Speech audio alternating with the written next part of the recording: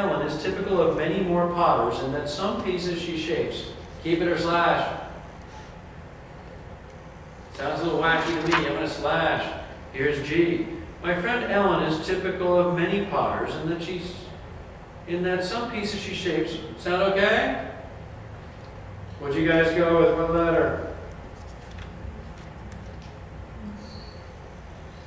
Did you guys do this question? We're on number 4. I'm getting absolute silence. Let's do it together. You guys do it all, or you guys go in there right now and figure it out. I was torn between G and J. G and J. Here's G. My friend Ellen is typical of many potters in that some pieces she shapes on a spinning potter's wheel. Here's J. My friend Ellen is typical for most potters. What's the English? She's typical for most people, or she's typical of most people? G. You can hear it now? What did I just do there? I created a similar sentence, but I changed it. I created a similar grammar issue, but I put it in a different sentence. Oh, I'm typical for them, or I'm typical of them? What's the phrase? I'm typical of them. Did you guys get that one out there, Norfolk? Kai, you're rocking it. Alicia, what happened? I just kind of got confused. Okay. Can you put down NHA? Thanks. All right. Did you guys get to 5? I'm going to go right to omit. Why? It's the shortest. Whenever you have an omit, or now on a modern test they say delete. If you have a delete, so if you see a delete in the corner of your eye, or you see an answer choice that's dramatically shorter than the others, go right to it. Why? Plug it in. If it works, you're done. There's less is more. Here we go. Over many weeks, her collection slowly grows. Is that English? Yeah. Yeah, what's the right answer? D. D is in do, go with the shortest. Slam down GR1. Now, before you turn the page, over many weeks, her collection slowly grows. Circle that colon right there. What comes before that colon after grows? What comes before the colon? A. What comes before colons? Complete thoughts. What follows the colon? Examples. Examples. What the? Alrighty, here we go. Let's take a look. Over many weeks, her collection slowly grows. Is that a complete thought? Yeah. Every day of the week. Clay bowls, cups, vases, and sculptures fill the studio. Got it? Examples. And by the way, that's a complete thought there. I got 2 complete thoughts surrounding a colon. She does them on racks, dips them in glaziers, and dries them again. Let's turn the page at last. All right, you guys do number 6. 1 for the road. Let's finish strong. This is not super easy.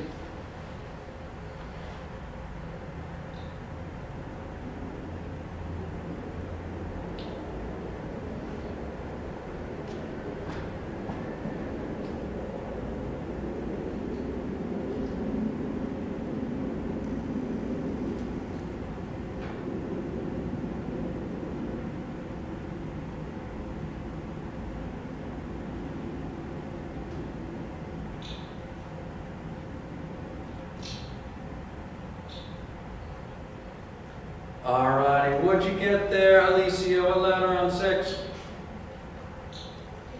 Let's try J. It's the shortest.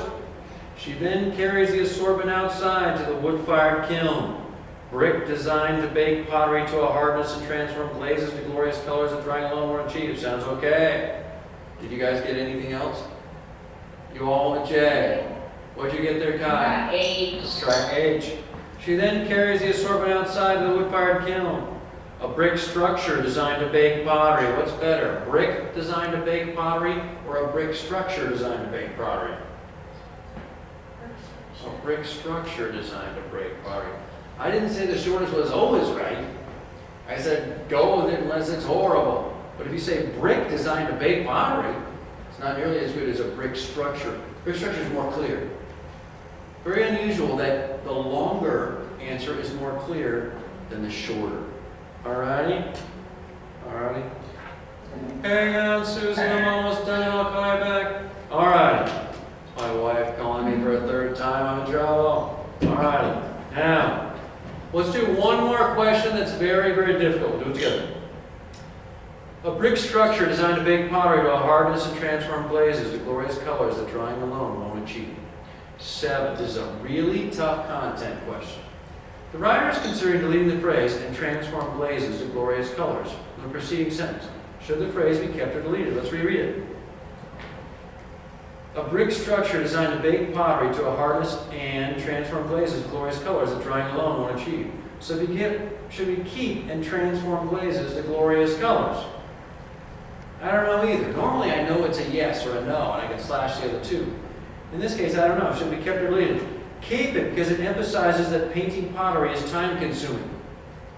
Does transform glazes to glorious colors emphasize that painting pottery is time-consuming?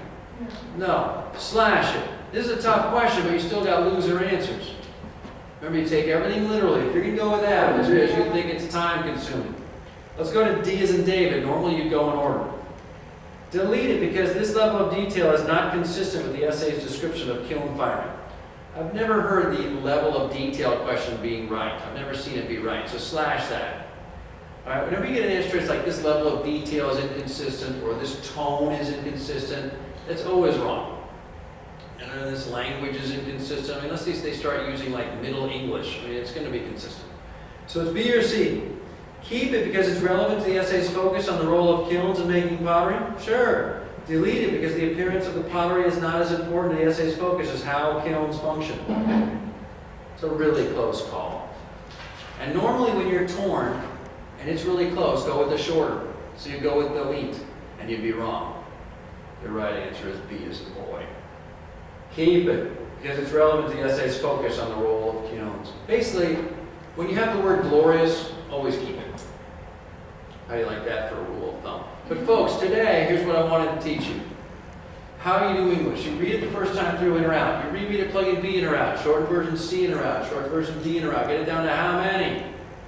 2. The right answer, the one that's in the game. Armed with the 22 grammar rules, and you know most of them. You got to review them before you do the homework, but you know them. Reread each and make a choice. Circle it, bubble it. What's your quick check?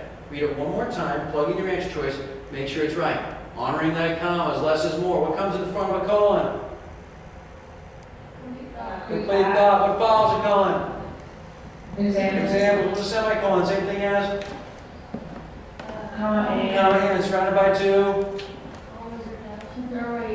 Complete thoughts. What's a dash? Same thing as a comma or a colon. What do you surround extra information with? 2?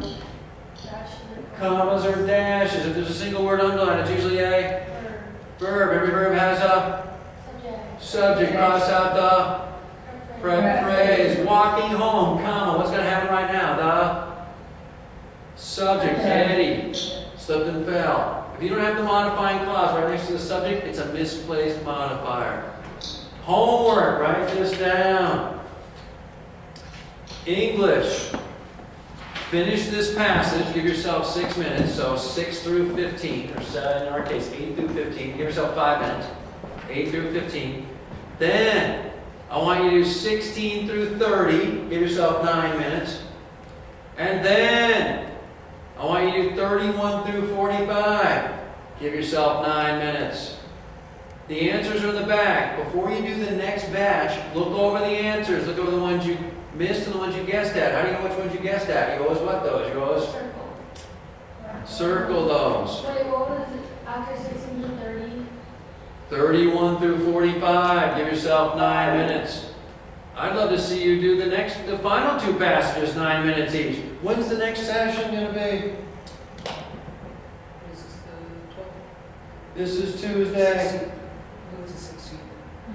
Today is what's the date today? 12. The 12th. So it's the 16th. It's going to be on a Saturday. I think it's on like December 5th or something, actually. The test is December 14th. Oh, the face-to-face session? When's the next online session? It's a week from today. You're not having another session till Tuesday. Finish the entire English section. 9 minutes each passage. Go over each one. And then hopefully that's done by Thursday. And then guess what I want you to do? Additional practice English questions. 9 minutes each passage. And you know now where to find those. And you two in Norfolk, don't do them together, assign them to each other, do them individually, correct them individually, then go over them together, assign the next batch. Feeling it? Alrighty, we're looking for a monster jump out of you guys. Session 2 will be online. You'll see Nathan in a couple sessions and he'll do a big review. You can always reach me by going to the website and click on Contact Us. Just go to johnbaylortescript.com, click on Contact Us, and I'll get it. Because I want to hear about your progress. And Kai and Sierra, your seniors, go get them. Alrighty, bye guys. See you later. Today, go.